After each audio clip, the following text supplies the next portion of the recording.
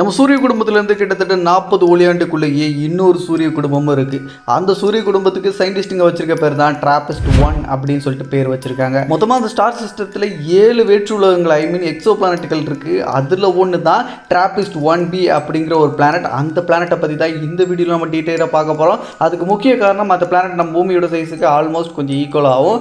அதே நேரத்தில் பூமியில் எப்படி கடினமான நிலப்பரப்பு இருக்கக்கூடிய ஒரு ராக்கி பிளானட்டாக டெரஸ்ட்ரியல் பிளானட்டாக இருக்குது. ஸோ அதே மாதிரியான தன்மையுடைய பிளானட் அப்படின்னு சொல்லிட்டு சொல்றாங்க. இன்னும் அந்த பிளானட்டை பத்தி இன்ட்ரெஸ்டிங்கான நிறைய விஷயங்களை இந்த வீடியோவில் தெரிஞ்சுக்கலாம். வீடியோக்குள்ள போறதுக்கு முன்னாடி நம்ம சேகர் விஷன் சேனலுக்கு இதான் முதல் தடவை வந்திருக்கீங்கன்னா ஜஸ்ட் சேனலை சப்ஸ்கிரைப் பண்ணி பெல் நோட்டிஃபிகேஷன் கரெக்டாக செட் பண்ணி வச்சுக்கிட்டு இந்த வீடியோ கொஞ்சம் கூட ஸ்கிப் பண்ணாமல் ஃபுல்லாக பாருங்க. வீடியோ பார்த்து முடிஞ்சதுக்கு அப்புறம் வீடியோக்கு ஒரு லைக் கொடுக்கும் வந்துடாதீங்க. வெல்கம் பேக் ஆனது நியூ வீடியோ. நான் உங்கள் சேகர்.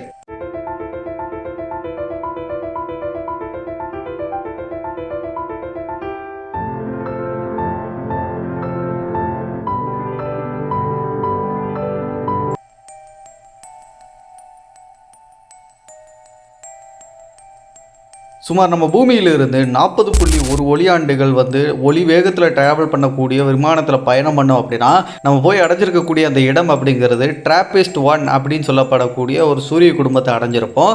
இந்த சூரிய குடும்பத்தில் மொத்தமாக 7 கிரகங்கள் இருக்குது. அதில் சில கிரகங்கள் நம்ம பூமி மாதிரி வாழ தகுதியோட கிரகமாக இருக்கலாம், அங்கே தண்ணி கூட இருக்கலாம் அப்படின்னு சொல்லிட்டு சயின்டிஸ்ட் கருதுறாங்க. ஆனால் இன்றைக்கி நம்ம அந்த கிரகங்களை பற்றி பார்க்க போகிறதில்ல. பூமி மாதிரி தரைப்பகுதி இருக்கக்கூடிய டெரஸ்ட்ரியல் பிளானட்டாகவும் ராக்கி பிளானட்டாக இருக்கக்கூடிய ஒரு பிளானட் தான் TRAPPIST 1b அப்படிங்கிற ஒரு பிளானட். அந்த பிளானட்டை பற்றி தான் தெரிஞ்சுக்க போகிறோம். ஸோ இப்போ அந்த பிளானட்டை பற்றி தெரிஞ்சுக்கிறதுக்கு முன்னாடி அதோடைய சூரியனை பற்றி பேசிக்காக சில விஷயங்களை தெரிஞ்சுக்கலாம். 1999 தான் TRAPPIST 1 அப்படிங்கிற இந்த நட்சத்திரம் கண்டுபிடிக்கப்படுது. இந்த நட்சத்திரம் மங்களாவும் இருக்கக்கூடிய ஒரு ரெட் வார்ப் நட்சத்திரம் அப்படின்னு சொல்லிட்டு அந்த டயத்திலே சயின்டிஸ்ட்டுங்க கருதுனாங்க. ஆனால் என்னதான் அவ்வளோ முன்னாடி கண்டுபிடிக்கப்பட்டிருந்தாலும் இந்த நட்சத்திரத்தை சுற்றி கிரகங்கள் வள வருது அப்படிங்கிற விஷயம் 2016 தான் சிலியில் இருக்கக்கூடிய டெலஸ்கோப்பை பயன்படுத்தி முதற்கட்டமாக கண்டுபிடிக்கப்பட்டு அதுக்கப்புறமா நாசாவுடைய ஸ்பின்சர் ஸ்பேஸ் டெலஸ்கோப் மூலமாக அந்த ஒரு விஷயம் உறுதி செய்யப்பட்டு அனௌன்ஸ் செய்யப்பட்டுச்சு. அடுத்தடுத்து நடத்தப்பட்ட ஆய்வு மூலமாக மொத்தமாக 7 கிரகங்களை டிரான்சிட் மெத்தட் மூலமாக இந்த ஸ்டார் சிஸ்டத்தில் சுற்றி வருது அப்படிங்கிற விஷயத்தை கண்டுபிடிச்சு சயின்டிஸ்ட்டுக்கு உறுதிப்படுத்துகிறாங்க. இந்த ஸ்டார் கூட ஒரு வித்தியாசமான ஒரு நட்சத்திரம் அப்படின்னு கூட சொல்லலாம். ஏன்னா இப்போ நம்மளோட சூரியனையும் இந்த நட்சத்திரத்தையும் TRAPPIST 1 அப்படிங்கிற நட்சத்திரத்தையும் நம்மளோட சூரியனையும் பக்கத்தில் வச்சு பார்த்தா அந்த சைஸ் கம்பேரிசனில் நம்ம சூரியனோட சைஸில் வெறும் 7லேருந்து 10 மடங்கு மட்டும்தான் இதோட சைஸ் இருக்கும். ஸோ இந்த அளவுக்கு சைஸ் சின்னதாக இருக்கிற காரணம் இது ஒரு ரெட் வார்ப் நட்சத்திரம். அதுவும் சாதா ரெட் வார்ப் நட்சத்திரம் இல்லை, அல்ட்ரா கூல் ரெட் வார்ப் நட்சத்திரம் அப்படின்னு சொல்லிட்டு சயின்டிஸ்ட்டுங்க சொல்கிறாங்க. அது என்னப்பா அல்ட்ரா கூல் ரெட் வார்ப் நட்சத்திரம் அப்படின்னு கேட்டிங்கன்னா இந்த நட்சத்திரத்தோடைய மேல்பரப்பு அப்படிங்கிறது ரொம்பவே கம்மியான டெம்பரேச்சரில் இருக்கும். இப்போ ஃபார் எக்ஸாம்பிள் நம்ம சூரியனுடைய மேல்பரப்பு டெம்பரேச்சர் அப்படிங்கிறது 5500 கெல்வினுக்கும் அதிகமான அளவில் இருக்குது. ஆனால் இந்த அல்ட்ரா கூல் ரெட் வார்ப் நட்சத்திரங்களுடைய அந்த மேல்பரப்பு டெம்பரேச்சர் அப்படிங்கிறது 2500 கெல்வினிலிருந்து 1500 கெல்வின் அளவு வரைக்கும் குறைந்த அளவு வெப்பம் இருக்கக்கூடிய அல்ட்ரா கூல் ரெட் வார்ப் நட்சத்திரங்கள் கூட இந்த பிரபஞ்சத்தில் இருக்குது அப்படின்னு சயின்டிஸ்ட்கள் சொல்கிறாங்க. கூடவே இந்த நட்சத்திரத்தோட சைஸை நீங்கள் எளிமையாக புரிஞ்சுக்கிற மாதிரி சொல்லணும்னா அப்படின்னா நம்ம சூரிய குடும்பத்திலேயே லார்ஜஸ்ட் பிளானட்டாக கருதப்படுறது ஜூபிட்டர் அப்படிங்கிற வியாழன் கிரகம் தான். அந்த வியாழன் கிரகத்தோட கொஞ்சம் சைஸில் பெருசாகவும் அதே நேரத்தில் நம்ம சூரியனுடைய நிறையில் ஒரு 10லேருந்து 7 மடங்கு இருக்கக்கூடிய ஒரு நிறை கொண்ட ஒரு நட்சத்திரமாக தான் இந்த நட்சத்திரம் இருக்கும். இதோட லூமினாசிட்டி நம்ம சூரியனை கம்பேர் பண்ணும்போது 1000லேருந்து 10,000 மடங்கு நம்ம சூரியனை விட கம்மியான அளவு தான் இதோட லூமினாசிட்டி அப்படிங்கிறது இருக்கும். அதனால் வெறும் கண்களால் இந்த நட்சத்திரத்தை நம்மளால் பார்க்கவே முடியாது. ஒரு நல்ல டெலஸ்கோப் இருந்தால் தான் பார்க்க முடியும். 2016 இதை சுற்றி கிரகங்கள் வள வருது அப்படிங்கிற விஷயத்தை கண்டுபிடிச்சதில் முதல்ல அவங்க கண்டுபிடிச்ச எக்ஸோ பிளானட் என்ன அப்படின்னா TRAPPIST 1b அப்படின்னு சொல்லப்படக்கூடிய ஒரு கிரகம் தான். ஸோ இந்த TRAPPIST 1b அப்படிங்கிறது நம்ம பூமியோட சைஸோட கம்பேர் பண்ணுவோம் அப்படின்னா எவ்வளோ பெருசாக இருக்குன்னா ஒரு 10% பூமியோட சைஸை விட இதோட சைஸ் அதிகமாக இருக்கும்.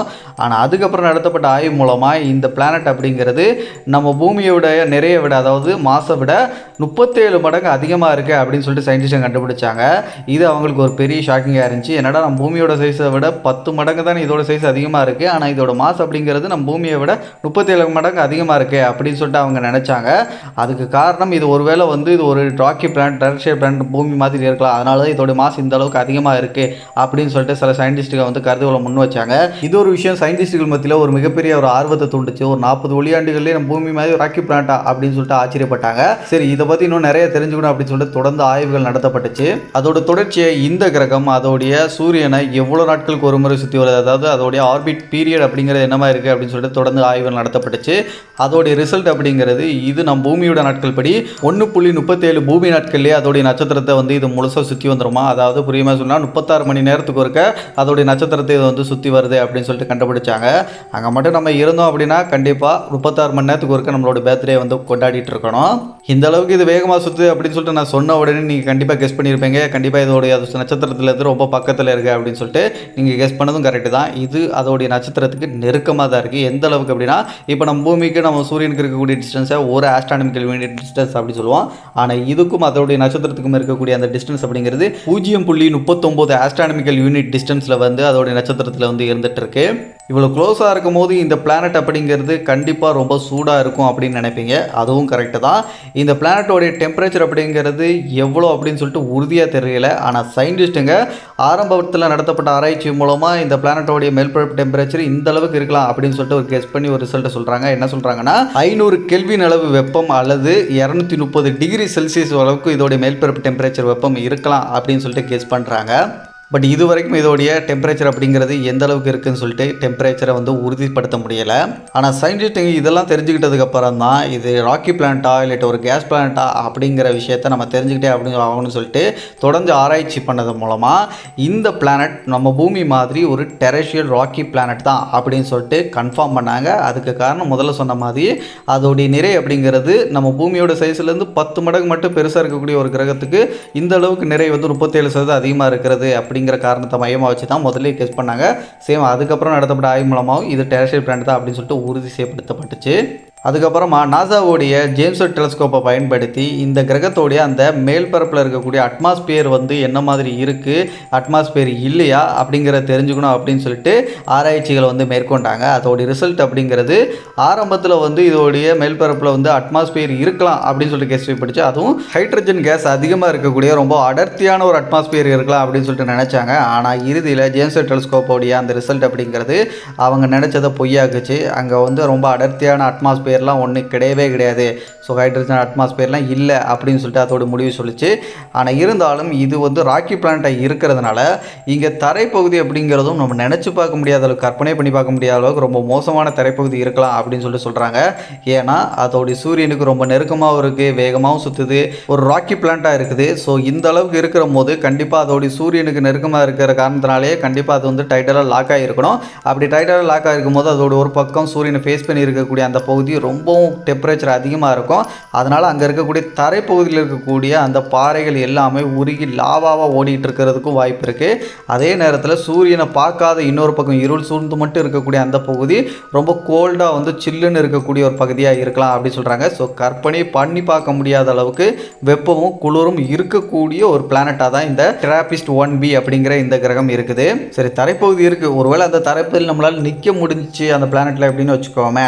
வானத்தை பார்க்குறோன்னா அந்த வானம் நம்ம பூமியில் இருக்கிற மாதிரி எப்படி வந்து நீல நிறத்தில் தெரியுமா, வேறு ஏதாவது கலரில் தெரியுமான்னு கேட்டால் நம்ம பூமியில் இருக்கிற மாதிரி நீல நிறத்துலாம் தெரியாது. ஏன்னா இது சுற்றி வரக்கூடிய அந்த நட்சத்திரம் அப்படிங்கிறது ஒரு ரெட் வாப் நட்சத்திரம் இல்லையா. அதனால் அங்கே இருக்கக்கூடிய வானம் அப்படிங்கிறது சிவப்பு பர்பிள் நிறம் கலந்த ஒரு கலவையாக தான் நம்ம கண்களுக்கு தெரியும்.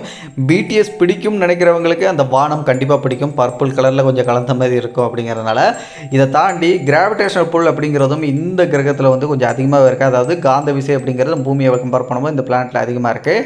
அதனால் நம்ம அங்கே நிற்கும் போது நம்மளோட உடல் எடை அப்படிங்கிறது பூமியில் இருக்கிறத விட 10லேருந்து 15% அதிகமாக கூடுதலாக இருக்கிற மாதிரி நம்ம ஃபீல் பண்ணுவோம். ஆனால் ஃபேக்ட் என்னன்னா இந்த மாதிரி நம்மளோட உடல் எடை வந்து எவ்வளோ இருக்கும் அப்படின்னு சொல்லிட்டு ஃபீல் பண்ணுறதுக்கோ அங்கே இருக்கக்கூடிய வானத்தை பார்க்குறதுக்கோ சான்ஸே இல்லை. ஏன்னா அது பக்கத்தில் இருக்குது, சூரியனுக்கு ரொம்ப நெருக்கமாக. ஸோ கண்டிப்பாக நம்ம எரிமலை குழம்பால் வந்து உருக்கப்படுவோம் அங்கே நின்னோன்னா. சும்மா ஒரு கற்பனையாக நம்ம மனசுலேயே நினச்சிக்கலாம், அவ்வளோதான். இந்த ஸ்டார் சிஸ்டத்தோடைய முதல் கிரகமே ஒரு ராக்கி பிளானட்டாக இருந்தும் சயின்டிஸ்ட்டுகளுக்கு நம்ம பூமி மாதிரி இருந்தாலும் நம்ம வாழ தகுதியுடைய கிரகம் மாதிரி இல்லையே, அதுக்கான சான்றுகளே கிடைக்கலையே அப்படின்னு சொல்லிட்டு அவங்கள வந்து கொஞ்சம் மன சோர்வடைய வச்சுருந்தாலும் இதுக்கப்புறமா கண்டுபிடிக்கப்பட்ட சில கிரகங்கள் இருக்குது பார்த்தீங்களா, அந்த கிரகத்தில் தண்ணீர் இருக்கிறதுக்கான வாய்ப்புகள் இருக்குது அப்படிங்கிற மாதிரியான ஆராய்ச்சி முடிவுகள் அவங்களுக்கு கிடைச்சிச்சு. அது இன்னும் கொஞ்சம் இன்ட்ரெஸ்டிங்காக இருக்கும். அந்த பிளானட் சம்பந்தமான கண்டுபிடிச்ச ஆய்வு முடிவுகள் அப்படிங்கிறது அந்த வீடியோ கூடிய சீக்கிரத்தில் நம்ம சேனலில் வரப்போகுது. அந்த வீடியோ பார்க்கணுன்னு ஆசைப்படுறீங்க, விருப்பமாக இருக்கீங்கன்னா இன்னும் கூட நம்ம சேனலை சப்ஸ்கிரைப் பண்ணலன்னா சப்ஸ்கிரைப் பண்ணி பெல் நோட்டிஃபிகேஷன் கரெக்டாக செட் பண்ணிக்கோங்க. அண்ட் வீடியோக்கு கீழே இருக்கக்கூடிய கமெண்ட்லையும் அந்த வீடியோ வேணா பார்ட் 2 அப்படின்னு சொல்லிட்டு கமெண்ட் பண்ணுங்கள். எத்தனை பேர் கமெண்ட் பண்ணுறீங்களோ அதை பொறுத்து கூடிய சீக்கிரம் அந்த வீடியோ நம்ம மேக் பண்ணிடுவோம். மற்ற வீடியோஸ் பார்க்கணும்னா மேலே ஐகான் லிங்க் கொடுத்துருக்கேன், செக் பண்ணிக்கோங்க. இந்த வீடியோ பற்றின கருத்துக்கள் எதாக இருந்தாலும் அதையும் சேர்த்து கமெண்ட்டில் சொல்லுங்கள். அடுத்த ஒரு நல்ல தகவலோடு நான் உங்களை சந்திக்கும் வரை நான் உங்கள் சேகர். Bye bye.